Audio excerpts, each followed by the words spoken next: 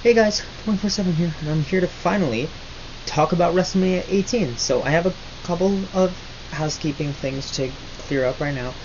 If it looks different, my filming situation, I have a new camera that I got from my computer, so I'm finally excited to use it. You guys may remember the SummerSlam live stream that we tried doing. This is the same camera, but I just turned the lens a bit, so now it's all clear, and we can live stream pay-per-views and just, yeah, so it's gonna be fun. I got a new job recently, so hooray! It's exciting. I'm very, very much excited. We're talking about my favorite WrestleMania of all time. Now I know everyone sees this as a one-match show, but honestly, on a rewatch, yeah, it's still my favorite. It's like a nostalgic one for me. I like a lot of things from 2002. That doesn't make it automatically good, but it is true that all the big four pay-per-views this year were very, very, very good. Like I said, two of them are considered the best, Survivor Series and SummerSlam, so 2002 was not that bad of a year as everyone says. Like, it has its shit moments, but every wrestling year does. So let's talk about it. This was WrestleMania X8, or 18. I'm not as stingy with it as I am Mania X7. It's fun fact, this is the last WrestleMania to be under the WWF banner, which is crazy to me. Like, how? How is it that long ago? This took place at the Sky Dome in Toronto, Ontario, Canada, and it's the second and last WrestleMania to take place there. I think, correct me if I'm wrong, it's the last WrestleMania to be out of the United States, which, you know, March 17th, 2002, grossed approximately 6.1 million Canadian dollars, or 3.9 million US dollars. I have my notes on my phone, because I had it on the clipboard, but now it's on my phone, because I have this to film with now. But yeah, very exciting. This is a changing time for WWE. This feels like a finale. Like, this is like WCW versus WWE, the WrestleMania, to me. It's not a great show like that, but it genuinely feels like that. Because the brand extension happened after this. We got the best belt in wrestling, the Undisputed Championship after this. Just a lot of new stuff after this. Sorry, I've been filming for 3 minutes, and I haven't even talked about a match yet. The attendance was 68,237, which, not bad. Oh, man.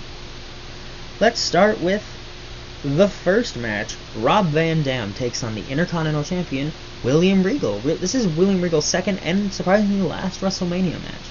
He opened both of them, and I think he did a good job here. He was the smarmy heel, and yeah, so it's weird. Going back and rewatching Mania X7, William Regal had his classical theme. I'm like, I hate this so bad, because I'm much more familiar with this theme song he has here. I love this theme song. This whole show has fucking great theme songs. Like, this is like peak WWE theme songs. Like, all the theme songs, every single one of these theme songs is good. It's a simple match. It's nothing special. Rob Van Dam's the super popular babyface because he was the biggest star to come out of the Invasion storyline as a newer guy. He was one of the few WCW guys who I personally think didn't really suffer from the Invasion. Yeah, it was a simple 6-minute match. It wasn't anything special. William Regal hit his like half-dozen suplex onto RVD, and it looked sick as fuck. Like, holy shit! I thought, like, when I first watched this Mania, I was like, oh shit! I legitimately thought RVD broke his fucking neck. William Regal's great. Regal's fantastic. The whole knuckle. He brought in brass knucks. The ref took him away. He had a second pair. RVD kicked them out of his hands, then hit the 5-star frog splash for the win. This is a very simple match. I'm gonna give it about 3.5 out of 5 stars. It's a good opening match. I think I liked it more than Jericho Regal from the year before, but yeah, it was a simple match. Next, we got Diamond Dallas Page versus Christian for the European Championship. So Diamond Dallas Page won the title, I think it was like a few weeks before the show. I think he beat Christian, if I'm not mistaken. But yeah, Christian, this is Edge and Christian's first Mania as singles guys, which is so weird. I will talk about Edge's team later, but I have to say, fucking love Christian's At Last You're On Your Own theme song. It's so good. I love this theme song where it's like, Christian. It's so dumb. I love this Mania. I love yeah. Down to us, Paige. I like DDP. I didn't watch a lot of The Invasion when I was a kid. I watched this show and I'm like, oh man, DDP's kind of fucking cool. But yeah, Christian turned heel, I think the week before Mania on DDP when he won a match by himself. He's like, I don't need you anymore, old man. And Christian was in this smiling thing, and then whenever he lost a match, he would throw a temper tantrum, and it was super funny. This was a simple match. It wasn't anything special. There were some good spots in here, but you know, it was just a standard match. DDP was the kind of wrestler who, like Macho Man, literally wrote down his matches like step by step by step. Like you had to follow it like a script. But it worked. It was a good technical match. Christian goes for the prettier. Diamond DDP reverses it, hits the diamond cutter. A very nice looking diamond cutter, by the way. It's just a little bang, done. DDP retains the European Championship. DDP got his WrestleMania moment. Speaking of which, DDP was at WrestleMania 6, which was the previous WrestleMania in Ontario, which is weird. Like, I don't know if they planned that, but I think that's super, super cool. My breath is hurting, and I'm just talking. But yeah, it wasn't anything special. I give it like 2.5 out of 5 stars. It was an okay match. It wasn't anything special, but I enjoyed it. Maven. By the way, guys, Maven has a YouTube channel. Please go check it out. It's super good. Defends the Hardcore Championship against Goldust. Oh man, where do I start with this? This match was 3 minutes. So this match was added, I kid you not, 3 days before the show started. 2 or 3 days before the show started. Yeah, it wasn't anything special. Goldust was cool. I was like, oh wait, Goldust? Dustin Rhodes is very... He looks better now than he did 20 years ago. I mean it. Like, holy shit, guys. Oh my god. Yeah, it wasn't anything special. It was 3 minutes. Sorry, I'm just reading through my notes to see what else I gotta say about this match. Not much. They each beat each other for 3 minutes. Spike Dudley came out with a ref, pinned, I think it was Maven, to win the belt, ran away, then Crash came and chased him. And yeah, this is a whole segment throughout the night. Oh shit, I forgot to mention. This would be the last WrestleMania to have not only the European Championship and the Hardcore Championship. Like I said, a lot of things were changing around this time. Because by this WrestleMania next year, the Hardcore Championship and the European Championship wouldn't exist anymore. That's crazy to me. But yeah.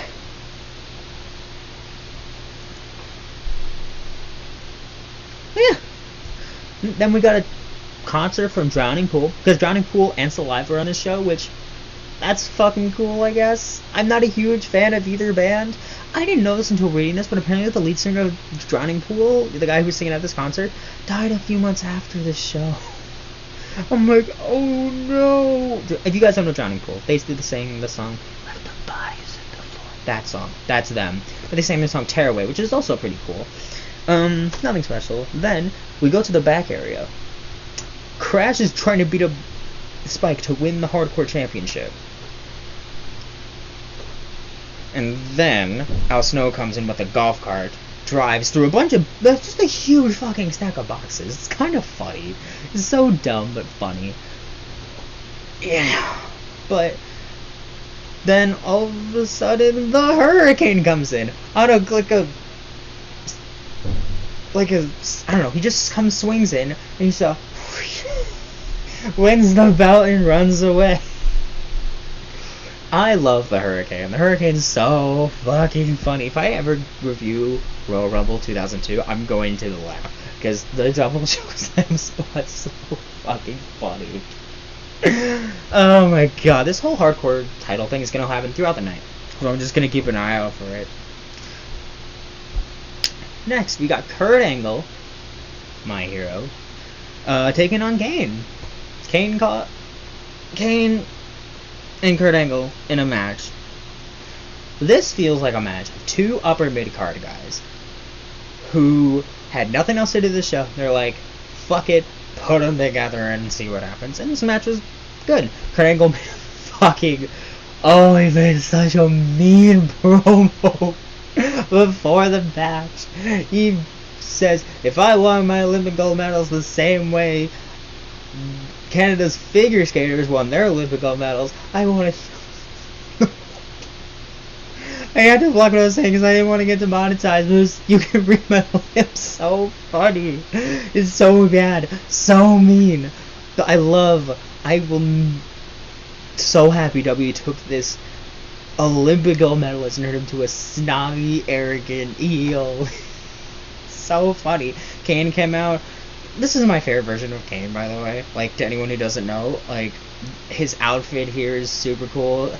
After he got laid neck by the next year, I fucking hate, with, like, the cut out of the mask. You get to have Zack and Eric talk about that. But this is my Kane. He still has, like, the cool mask. But he's the cool singlet, and I think that works better for him. But yeah, wasn't a special kind of match. Kane did a fucking enziguri in this match. When the hell does Kane do enziguris? That was cool. Kane angled... What? Hold on, I gotta figure it out, because there was another spot I really wanted to talk about. Oh, right. There was a really cool belly-to-belly suplex in this match, too, from Angle to Kane. Because if you're gonna trust a guy to do suplexes, who better than Kurt Angle? Right? Kurt Angle got out of Chokeslam and tried pinning Kane with his foot on the rope, but it looked super bad.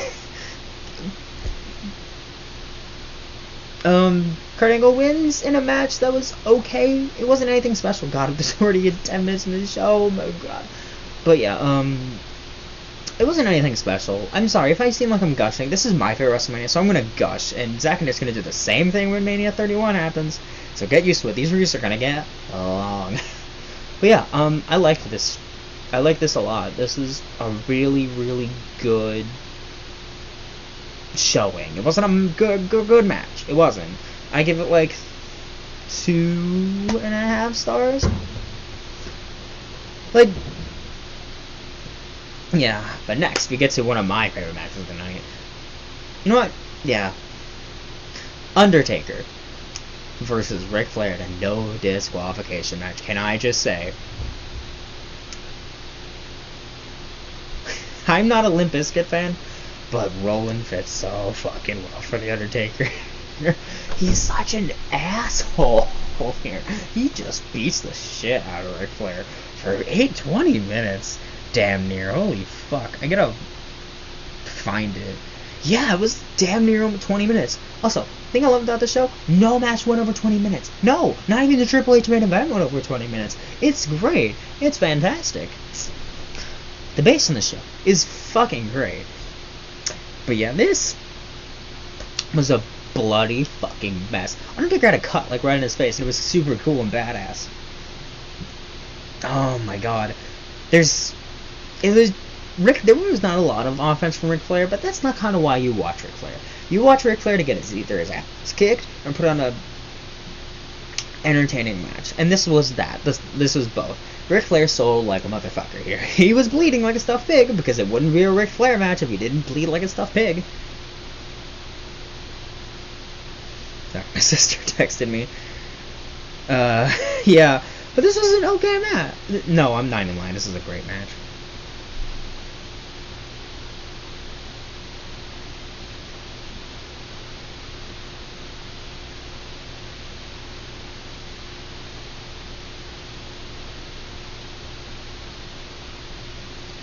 Sorry, my sister texted me about something. Sorry about that, but yeah, this match, I fucking loved it. It's great. Can we talk about the Arn Anderson spine buster? That is the best spine buster in the history of fucking wrestling. Not just, like, all time. Like, that spine buster he hits, fucking perfect. It is so goddamn good. Undertaker tries going for the last ride. Flair doesn't go up for it for some reason. I don't know if it was a botch or something, but Taker's like, fuck it, just tombstones him. And I love this version of Tombstone, where the legs aren't wrapped around there. He just puts him off to the side, drops him on his head, wins. And, big thing to mention here, and I think this is important, This is the first time they really, like, mentioned the streak. This is one of the first times they ever mentioned the streak. Undertaker's now 10-0. Because he does this during the other match, where even he acknowledges, yeah, he's fucking 10-0. Not many people, this is crazy, that was crazy at the time, because not many people had a streak like that. Hell, they were building up this was Hogan's 10th Mania match. That's crazy. Taker did all that, like, and it would just get bigger and bigger and bigger. This is one of, like, this and the match in Diesel are, like, two of the first truly good to great Taker Mania matches to me. Like, this match was super fun. Taker was an asshole the whole time, and I'm completely fucking here for badass Taker as a douchebag, just beating people up because he fucking feels like it. Because Undertaker knew he was the biggest and baddest son of a bitch, so he's gonna treat him like, yeah, fuck you, you didn't know, you don't matter. But yeah, wasn't I? It was so fun. I gotta pull up my notes. Oh, next match, Hometown Hero Edge takes on Booker T. So originally, this was supposed to be a hair versus hair match, and Booker T was supposed to lose, but Booker T was growing his hair out, and he didn't want to lose, so they just made it about a shampoo commercial instead. Yeah. Booker T's backstage promo before this match is super fucking funny. Where he's like, they were relatives. Booker T's one of the funniest wrestlers of all time. It's fucking funny. Yeah. Oh my god, and I get to talk about Edge's theme song, Never Gonna Stop Me by fucking Rob Zombie. I'm a huge Rob Zombie fan to begin with, so you get won me by that, but oh my god. I love this theme song so much. I don't love it as much as Metal guys. I don't think I will. You guys have watched the match. I've come out to that theme multiple times. I love Metal but I love Never Gonna Stop Me. This was an average match. Like, nothing special about it. The most interesting things I can say about this match were Edge got some cool things, because, you know, hometown boy. Booker T hit the spinneroonie, and it was great. Hit scissors kick, he kicks out, Edge hits a spear, and then Booker T kicks out. Then Edge hits a fucking spinner. Edge does a spinneroonie, a bad spinneroonie, but he does a spinneroonie. He does like, and then does spinneroonie. He hits the execution for the win. I'm like, oh yeah, I kind of forgot that was one of Edge's finishers. It's like, it's just like an elevated DDT. Like, it's nothing special. Why the fuck was that his finisher? The spear was so much better, but I guess the spear wasn't as much associated with him. But then again, he did have that spear at Mania X8, so I don't know why he had this finisher. It's a cool finisher, but I don't know if it works for Edge, you know? His spear.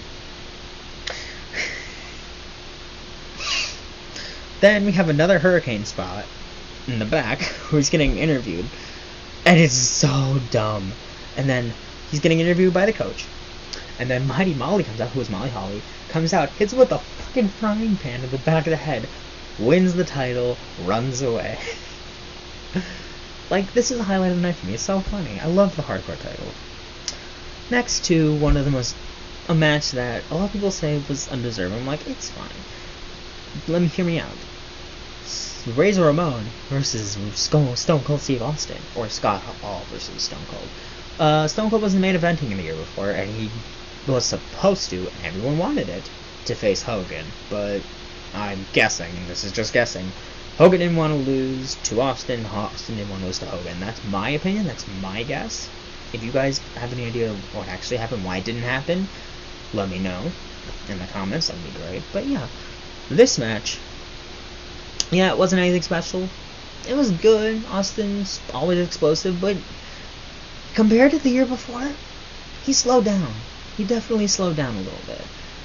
I don't know what it was, just, I don't feel like the people involved really, like, they gave a shit, but, like, this, Scott Hall was in a rough time, rough, you know, being at the time, like, how do I put this? He wasn't in the best mental squad. He was still really struggling with his personal demons, which you can tell, and it sucks, because Scott Hall's one of mine and Zack Nader's favorite wrestlers. We did tribute videos to him, like, but it was just, I don't know. He came out with Kevin Nash, which was cool. I liked it, but we all know the highlight from this spot, from this match. Austin hitting a stunner, hits the stunner. He's just wobbling there, and then hits a stunner. Hall goes fucking flying backwards, and it's fucking beautiful. Oh my god, it's one of my favorite stunner sells of all time. It's so good. But I love this. I love this quite a bit. If I had to... Oh, I didn't rate the Edge match, did I? 2 out of 5. And this match also gets a 2 out of 5. The only reason it's not a 1 out of 5, and I will say it's not, is because of that stunner spell. It wasn't a bad match, I kind of didn't give a shit about this match. Which just sucks. This is fucking Stone Cold and Scott Hall. I didn't give a shit. Like, it's not a bad match, but it's probably one of the weakest matches on the card. Sorry, but it is. But the stunner still is cool as fuck. Like, we can agree on that. Ugh, man. Next was probably, I'm gonna say this, the match that I kind of gave a shit about the least. Like, this is the match, when I go back and watch Mania, I don't watch this match very much. And there's a reason for that. This is the Four Corners match for the tag team titles. Stacy Keibler's here, who, and I think Zack Nader will agree with this. She was such a good manager for the Dudley Boys. I don't think she gets enough credit for how good of a manager she was. It was Dudley Boys versus the Hardys versus APA versus the defending tag team champions, Billy and Chuck. I don't know how any of you guys in the comments feel about Billy and Chuck. I fucking love Billy and Chuck.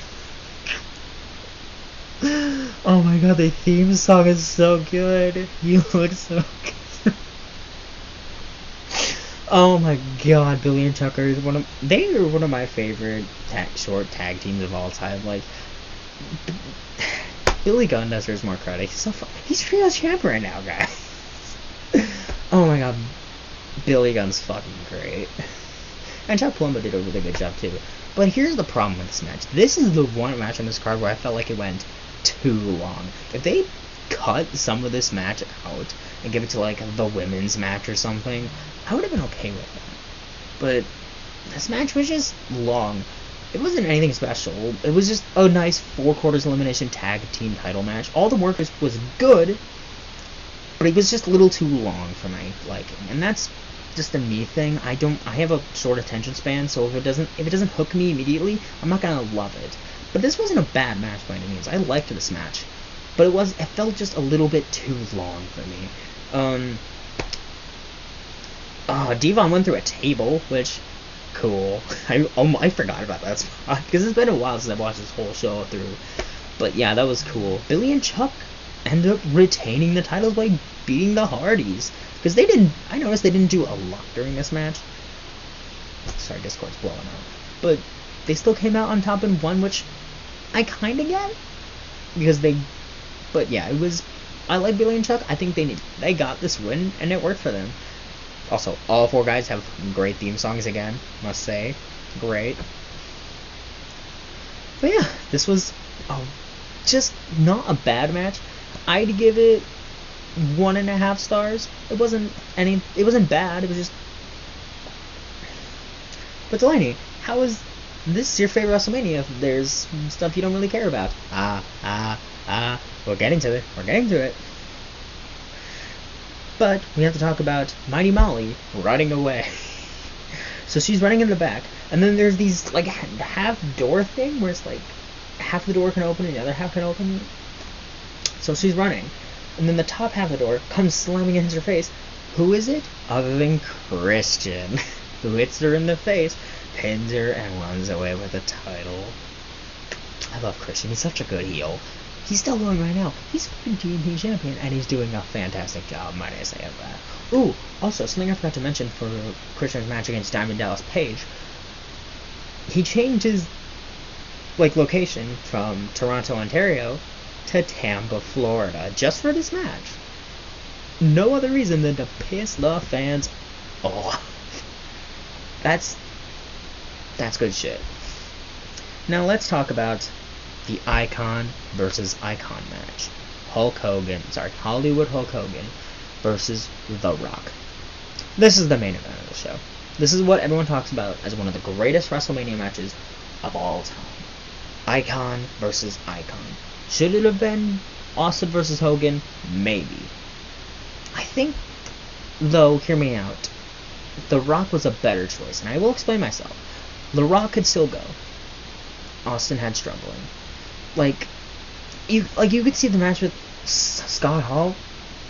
Austin was just kind of slowing down at this point. The Rock still had his energy left.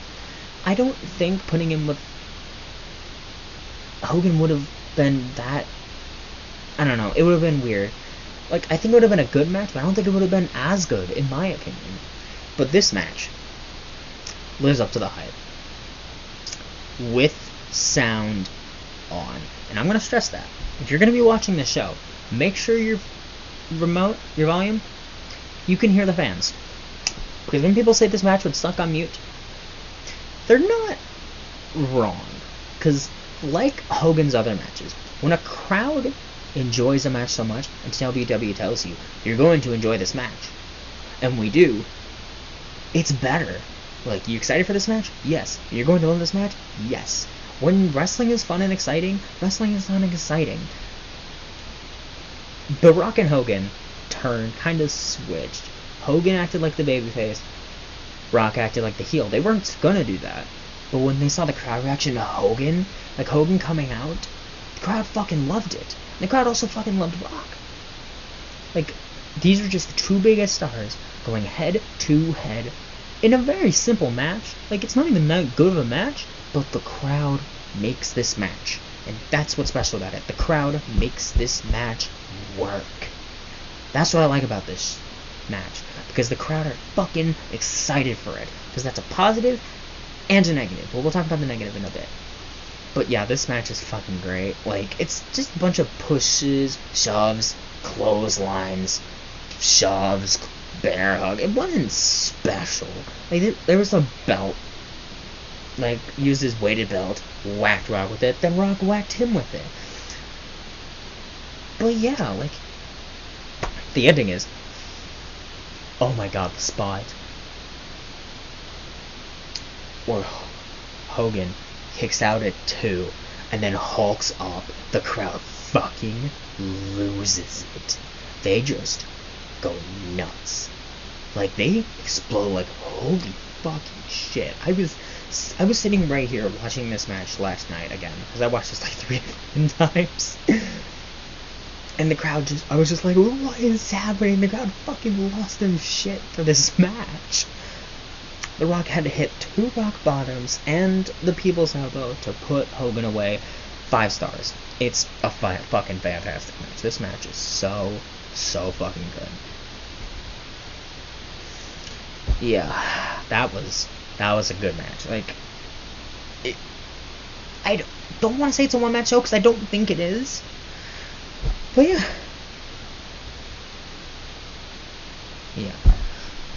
But then, Scott Hall and Kevin Nash came out, started beating up Hogan. Rock came back, and pretty much turned Hogan babyface. Because, yeah, he got a nostalgia run, got the title for a month. Was it a good thing? I don't think so. But that's neither here nor there. In the penultimate match, the final match, not thing, the semi-main, they gave the women's match, the women's championship match, semi-main. That should tell you a lot. This match was 6 minutes. There was Jazz, who's fucking great, Trish, who's in her hometown and fucking great, and Lita, fucking great. Why is this match only 6 minutes long? You could have taken 5 minutes out of the tag team title match and give it to this match. I would have been okay with that. I think everyone would have been okay with that. But here's the problem. The crowd was so fucking burnt out from Hogan Rock. It's ridiculous. You can tell they were fucking exhausted after that match. Because holy shit. They were burnt out, guys. Holy fuck. I don't think anyone hated this match, because it wasn't a bad match. It was just short and kind of you know, like, the crowd's burnt out, and that kind of hurts the rest of the show, to be honest. Like, it especially hurts the main event, but, yeah, like, this was right, because Jericho specifically said he didn't want to go last, or go after Hogan Rock, because he knew the crowd would be burnt out, and he was right. Holy fuck, like, but the match was good. Like, I enjoyed spots here and there. Like, they really fucking tried to do as much as they could in 6 minutes. Fun fact about the match from next year, and Zach's gonna tell you this. The match next year, at Mania 19, is the same match, but with Victoria switched out for Lita. And exactly 1 minute longer. It's like 7.5 minutes next year. But this match was good. Jazz retains the Women's Championship, while hitting a really nice Fisherman suplex off the top rope to Lita. Which, yeah, I'm kind of surprised Trish didn't win this match, but Trish won the year after, so I think it's okay. Yeah, it wasn't anything special, but I think it was a good match. It's one of the better women's matches I've had to watch for this fucking show. Next we get to the final hardcore title spot. Christian getting to a taxi, ready to leave, then who comes back? But Maven hits a roll-up, wins the title, gets in Christian's car, and leaves. And then Christian, as usual, throws a temper tantrum. So Maven came into WrestleMania as a hardcore champion and left as hardcore champion. I think that's a really fun storyline. If I had to give, I'm gonna actually give that storyline like 3.5 stars. Like, I think it was super funny and great. And the women's match, I'd give a 2. Like, they tried. They really fucking tried here. And Trish was right before hitting her peak and going into, I shit you not, greatest women's wrestler of all time phase. Because she was almost there, but wasn't right there yet. Next we get to the main event. Oh my god, we're already half an hour. Is Triple H versus the undisputed champion, Chris Jericho. Or should I say, Triple H versus Stephanie McMahon. Because that's pretty much what the feud was. Triple H versus Stephanie. And it sucked. Jericho felt like a fucking third wheel. You know, like, it sucked. Because Jericho went from opening the year prior to main eventing. Like, I think he fucking deserves it. Like, Jericho's my dad's favorite of all time. And he's one of my favorites. So seeing him here, main eventing WrestleMania, defending the goddamn undisputed championship, I think he fucking earned it. I don't care what anyone says that Hogan Rock main evented. I disagree. I think Jericho fucking deserved this main event. Both Hogan and Rock had main evented WrestleManias before. Jericho might not have ever main evented WrestleMania again, so I think he fucking deserved it. I don't care what anyone says. That's just my opinion. But yeah, this match is not as bad as everyone says it is. It is not a bad match. This was an actually pretty decent match. I liked this match quite a bit. I don't think it was a fantastic. I don't think it was a match worthy of a main event, but it was a good match. Like, it'd be a good main event for another pay-per-view, but not WrestleMania. Like, there was a lot of good limb work, because Triple H had the bandage around his thigh, and Jericho targeted that, and Triple H did a fucking great job of selling. Like, he absolutely sold his leg hurting, and Jericho kept targeting the leg. There was a consistently good story throughout the match, and my biggest pet peeve in wrestling, managers getting involved too much, didn't happen super much in this match. It was there, but it wasn't too bad. Like, I like this match. The shouting pool saying this weird version of Triple H's theme, which sucked. It was bad. And the worst thing, I shit you not, the main event had no fucking video package before the match. This was the year for fucking My Way. What happened? But this match is not that bad. It's a good match. Was it a great match? Absolutely not. But it was good. I really liked this match. It was there wasn't a maze, but my biggest problem with the match, again, is the crowd was fucking burned out. Like, they just were so tired and ready for the show to be done. After Hogan Rock, like, nothing can fucking top it. Like, nothing can follow it. But yeah, like, I get why I like that this main evented, but I think in retrospect you could have gotten away with putting this match earlier. But I think Jericho deserved the main event spot because he carried the fucking title. The ending spot's really cool because Triple H hits Stephanie with a really good pedigree and then hits Jericho with a fucking great pedigree. Jericho was about to hit the pedigree. Triple H puts him down, hits him with like a slingshot into the corner. Jericho jumps on the middle turnbuckle, comes down, gets caught in the pedigree, and he tries kicking his legs up, trying to fight his way out of it, but gets hit with a fucking great pedigree. Great sell by Jericho for the pedigree. Triple H wins the Undisputed Championship. I give this match 3.5 stars. I really enjoyed this match. I don't think it's a great match, not even like top 20 Mania main events, but I liked it. I don't think it's that bad. I don't think it's as bad as everyone says it is. The problem is just everyone was burned out, the crowd especially. And I specifically stopped watching this Mania after the women's main event, after the women's title match, just so I could see it without being completely burned out myself. And I've done that every time I've watched this match, because I didn't want to get burned out. And I think I enjoyed my viewing of this Mania. But yeah, Triple H will go on to get the Undisputed Championship the next night, or a few weeks later, I'm not sure. But yeah, this was Mania X8. It's my favorite Mania of all time. Is there some stuff on here that doesn't entirely work? Yeah, I'd say so, but honestly, I think just like the pacing of it, and just how fun it is. This is a fun Mania to watch for me. Like, and I don't think any match super dragged, which is a huge win for me, because when matches take a little bit too long, I lose interest and I stopped caring. Because that's happened to me, where some matches, every match is so fucking long, I just don't care by the end. I don't have this problem with watching the show. I like this show a lot. I give this show an overall 7.5 out of 10. It's my favorite, but I even think it's top. When we do our Mania rankings, I'm definitely going to keep it in top 10, but I don't think it's top 5 like we originally had it.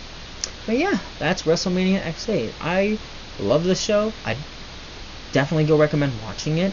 I think people need to give this show a chance. If you don't like it, that's perfectly okay. That's absolutely okay. But it's probably going to be my favorite WrestleMania for a while, for a long time. So I have been 24/7. I will see you guys next. Oh, I won't be here next time. You will be seeing Zach and Aaron's review for WrestleMania 19, which is super exciting, because that's a great fucking Mania. I'm going to watch it. So, yeah, next time you'll see me, I will be reviewing WrestleMania 20. Exciting. Yeah, I will see you guys next time.